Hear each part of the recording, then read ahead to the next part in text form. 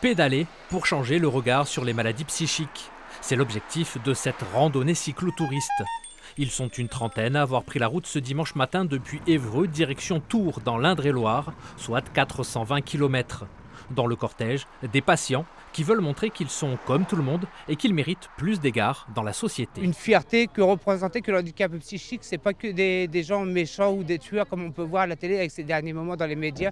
On est aussi des belles personnes et qu'on se bat pour des belles causes, quoi. On se sent valorisé en fait par les gens qui nous félicitent. Au niveau personnel, c'est quand même un challenge en fait de se dire qu'on est capable de faire un certain nombre de kilomètres qui paraissent sur le papier assez conséquents.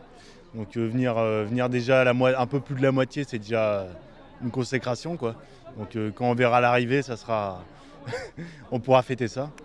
Pour les familles, cette randonnée est également une bouffée d'oxygène, une participation à laquelle tenaient certains parents.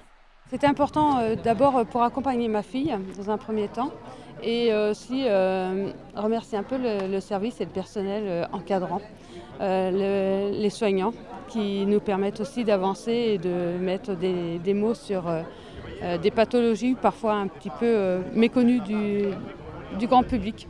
C'est une belle aventure humaine.